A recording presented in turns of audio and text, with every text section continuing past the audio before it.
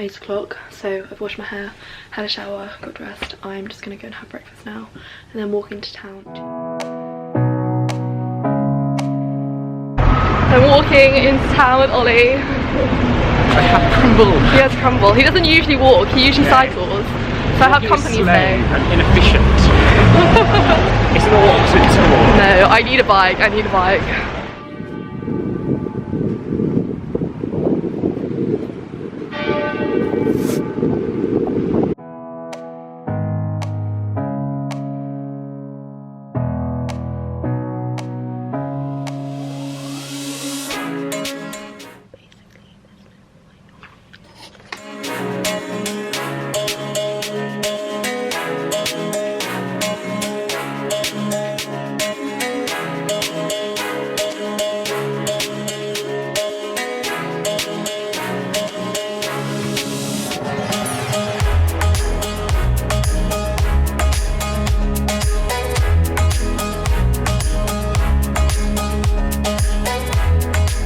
Alright guys, so I'm really sorry, but I basically forgot to finish vlogging the rest of the day. But I thought I'd just use this opportunity to just sit down and have a little chat with you about my thoughts about going into third year, because we haven't really had that kind of chat.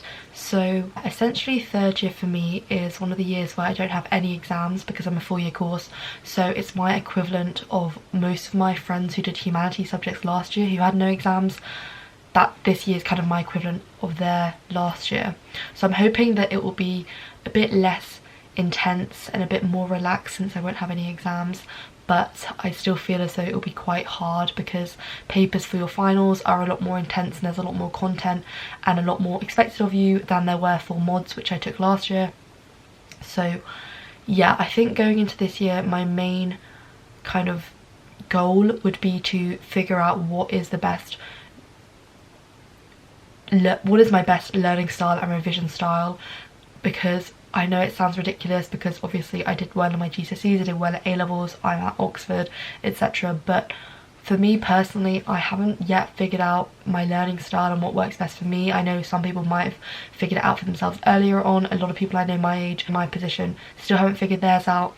So for me, I want to take third year as my year for really honing in on what works best for me and what's most effective. For example, I want to try out lots of different methods, lots of different techniques and see which one works for me. So this term, I know I said in previous videos and stuff that you might have seen or you might not have seen, but for the first 2 years at Oxford I didn't really use paper. I didn't really handwrite notes. I kind of mainly took them on my laptop, and that was more just kind of following the crowd. That wasn't really continuing on what I used to do at GCSE and A-level. GCSE and A-level, I never really ever used a laptop for things, but then at university, because I'd taken a year out in my gap year and everything, I was a bit kind of, okay, I'll just see what other people are doing and then just follow that, and I didn't really think anything of it or question it. But I know for me personally that previously in the past, handwritten and handwriting stuff is the best method for me, and yet I didn't do that for my first 2 years at university.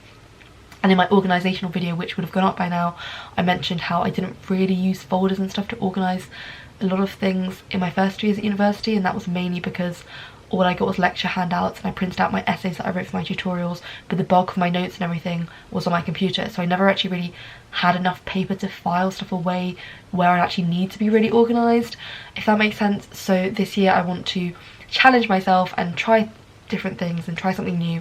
So for this coming term, I'm finishing off one of my history papers, starting the next history paper, and also doing one modern philosophy paper.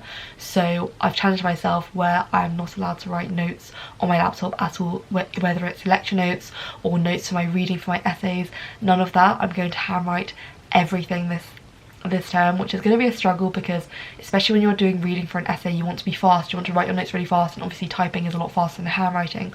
But I'm just going to try and see if handwriting notes, I'll actually be able to write better notes maybe, or I don't really know. I just want to challenge myself, and it might take a lot longer than usual, but it's going to be beneficial for me in the long run to see whether it works for me or not. And also I can then figure out whether note taking is best on handwritten notes or on notes on your computer. That's what I'm going to kind of be doing this term. Yeah, and I think also this term I really want to actually enjoy the stuff I'm learning rather than doing things in a rush to try and write an essay and learn the content and then just spew it all out and not come back to it or anything, so I'm making sure I understand things as I'm going along, as well as really going to lectures and listening properly and giving the lecture my full attention. I know it all varies and it depends on lecturers and it depends on the topics and things, whether lectures are going to be good or whether lectures are going to be useful for you, but I really want to try and actually focus on my attention on the lecturers in the lectures, because previously, especially if I'm on my laptop taking notes, it's very easy to get distracted. That's a couple of things I wanted to talk about.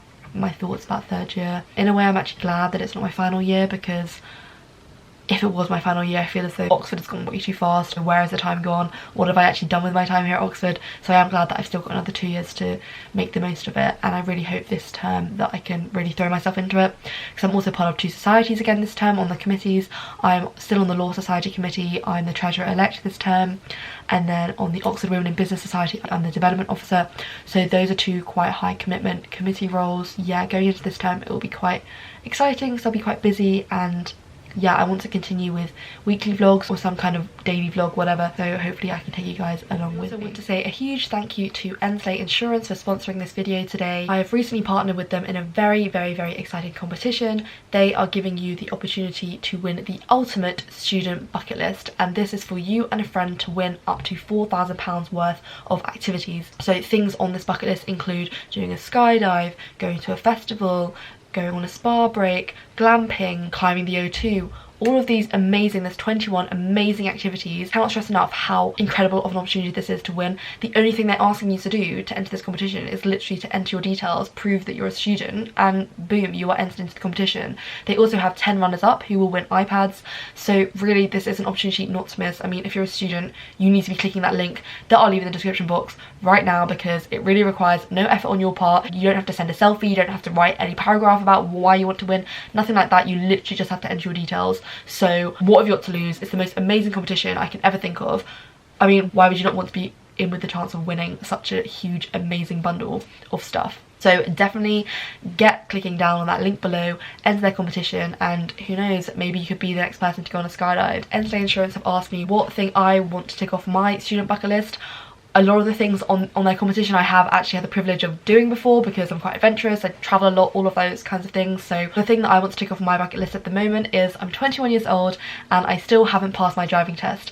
Now that's not because I haven't tried to pass my driving test or because I've had lessons before. I've actually never had lessons. It's not been a priority of mine. I've never had the time to, even though I have saved up money for driving lessons, it just never was something that I slotted in. In my holidays I was always traveling or I was always doing other things. I can never really have time to sit down and just think, okay, no, let's have driving lessons. So that's something that I want to tick off my bucket list. Let me know in the comments below what kind of things you want to tick off your bucket list. Maybe there'll be things that are covered in the competition. Either way, you should still enter the competition. Recently I had my first ever driving lesson, which was very interesting actually. So I was actually quite scared. I think my first time I was in a car was when I was about 14 years old, and I was in my grandma's drive. It's quite a fairly long drive, so because it's private land, it's legal. So I got in the car and my mum was going to teach me some really basic things, and I remember driving the car when I was 14 and being really excited that, oh my god, I'm learning how to drive, blah blah blah. But then because I'd left it such a long time between having that session with my mum, a few sessions with my mum, to actually having formal driving lessons, and now I'm 21, so this was 7 years ago that I had the experience in a car with my mum. And now because it's been such a long time, I'm now more scared to get in a car. So when my driving instructor picked me up and we spoke about all the basics, and he just said after about the first 40 minutes or so, he said, okay, so now you're going to sit in the driver's seat. And he just said, yeah, we're going to drive down the road. And I just looked at him and said, what? We're going to drive down the road? Are you sure about that?